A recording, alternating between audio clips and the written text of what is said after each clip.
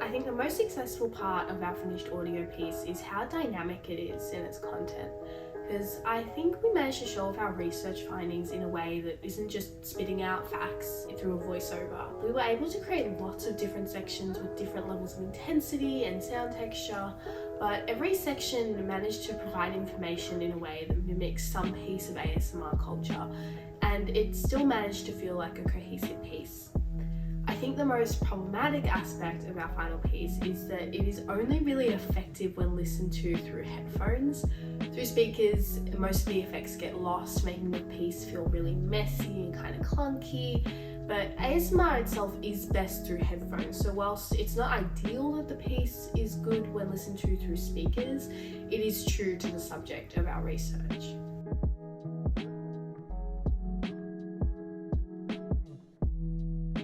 Something that we always talk about in class, in lectures and scene readings is this idea that YouTube has allowed for many new forms of media to be created, and the most common example of course being vlogging.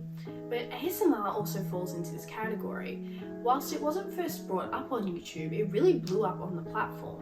But the interesting thing about it is that when we always talk about YouTube, we talk about it as a visual medium, but ASMR is the visuals are secondary to the audio, which is something that isn't overly common on the platform.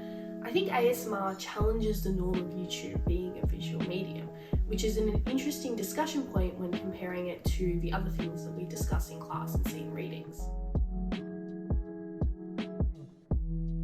I believe the most important affordance of sound in audio-based media to be 360-degree immersion, so that audiences are able to be really engaged with the audio. Because in real life, everything sounds different based off where you are relative to the source of the sound.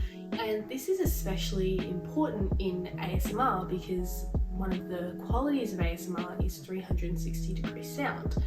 When we were first piecing together our audio, we found the piece to be rather flat and confusing to listen to when the ear didn't really know what to focus on. Even though we were limited to 180 degrees panning in the creation of our piece, the moment we began to pan our audio and put things in the left channels and the right channels, the piece really came alive, was more immersive, more engaging, and much more true to the affordances of ASMR.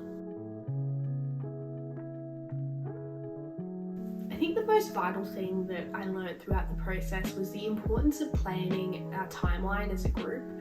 We were all on the same page, which really helped us to set expectations and stick to our timeline. We all also knew that we needed to put in extra effort to meet that timeline. This is really important as a media practitioner, as planning and sticking to a timeline makes sure that all the work is completed in a timely manner by everyone involved.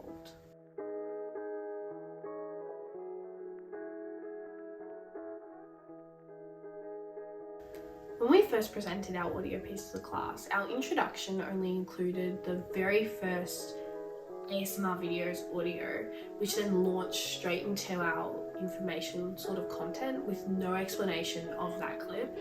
So after the feedback, we added a brief explanation, and then we added an ASMR collage full of sounds mostly recorded by us, to develop a more interest at the start of the piece. We also rearranged the order of our content so that there was more ebb and flow rather than just a gradual build of more intense sound, so hopefully create more audience engagement throughout the piece, starting with something quite soft and then getting more intense in the amount of different tracks and things playing, and then just finding a good flow throughout the whole thing.